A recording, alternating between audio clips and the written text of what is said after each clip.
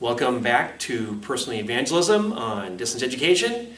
We look forward to continue to work with you in what you're learning about how to evangelize in a personal way. And that's kind of what this class is really all about, how to really connect with people, not just a door-to-door kind of a format, but really a personal format. And so we're going to look at that just a little bit.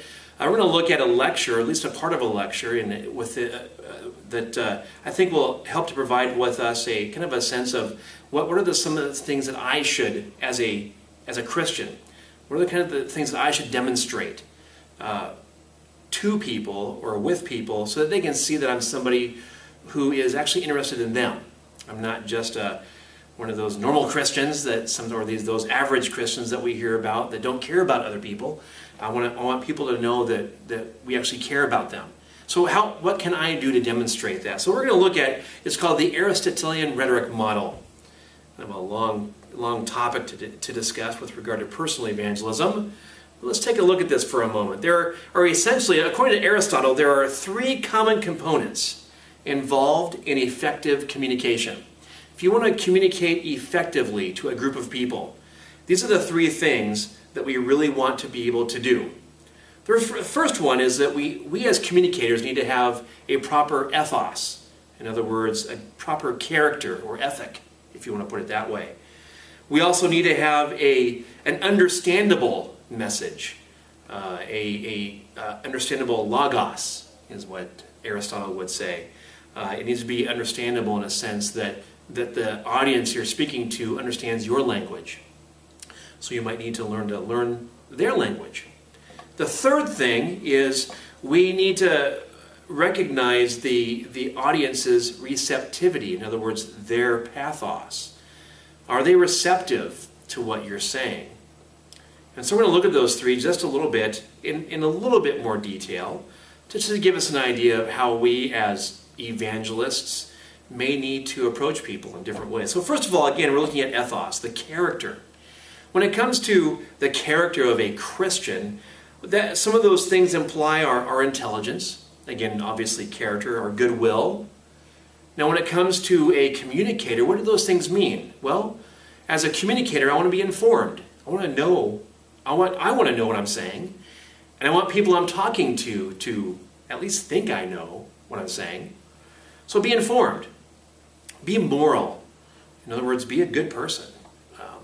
Don't just say you're a good person. Actually, be a good person.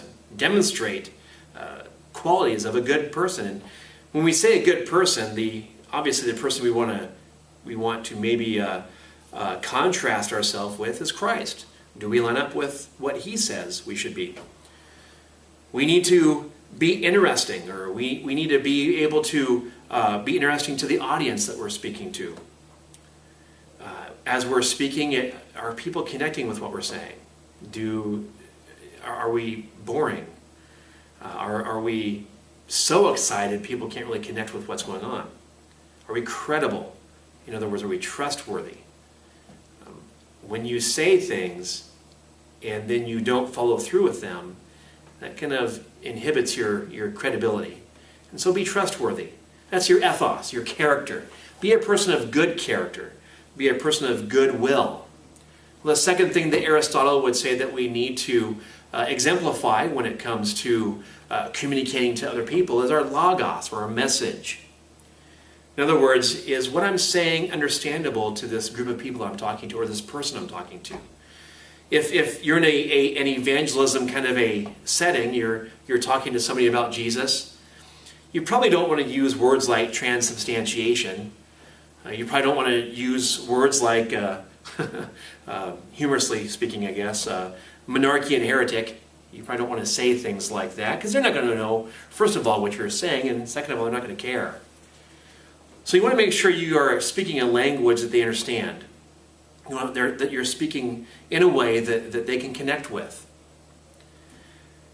When you are speaking, gear what you're saying to the audience. In some ways, that means that you might need to contextualize your audience. Contextualize yourself to your audience. In other words, who are they? Who is this group of people I'm speaking to? What are ways that they communicate with one another? How can I communicate to them in a more understandable fashion?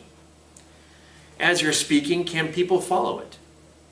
Sometimes preachers are teased about having 3 points, a poem, and a prayer. Well, honestly, people can follow that. That's really one reason why we want to communicate that way, because it's easy to follow.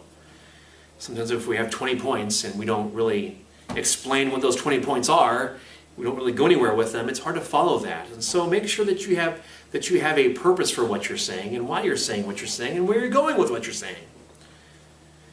And then finally, is your language appropriate? I'm not saying are you using foul language. That's not what's being said here. But are you using language that your audience can really honestly understand?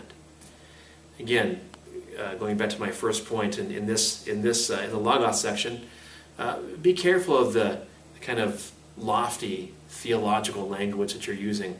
Most of us don't speak that way anyway, unless you're in a college or university setting. And so don't use that kind of language just because it sounds impressive, because honestly people don't think it does. They just want to hear what you have to say. Well, the final thing with regard to who we are as a communicators is that we need to learn to understand the audience's pathos. In other words, identify and influence the emotional state of the audience. That doesn't mean manipulate.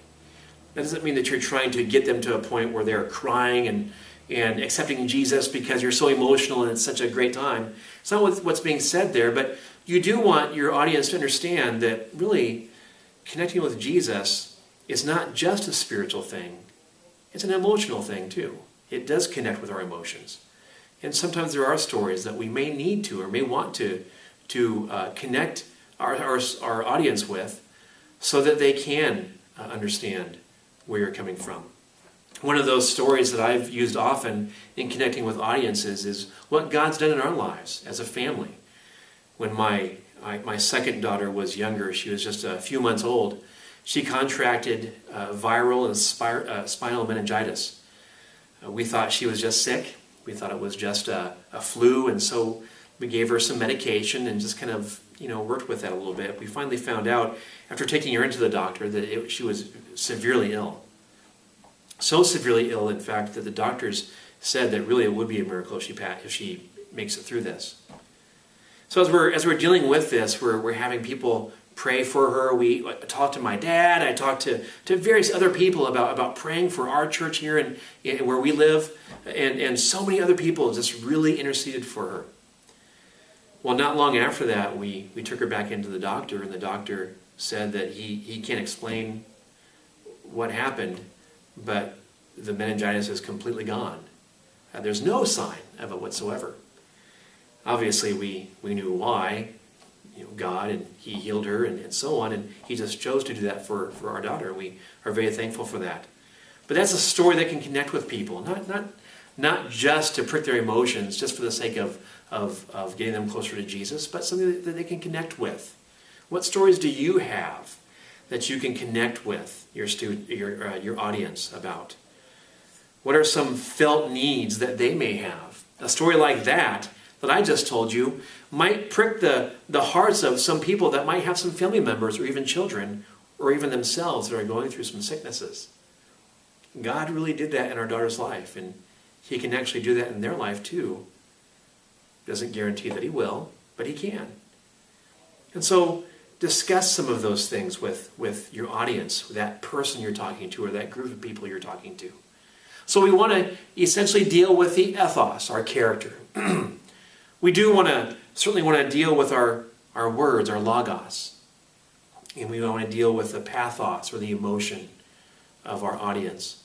And as we do that, as evangelists, as personal evangelists, we'll find that it makes it a little easier to connect with our audience on a level that they can understand and that we all can relate to.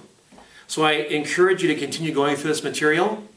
If you have any questions, of course, let me know. I'm very happy to help you out with anything. But God bless you, and I pray that the material you're going through, that you'll be able to use in your evangelistic opportunities in the future. God bless.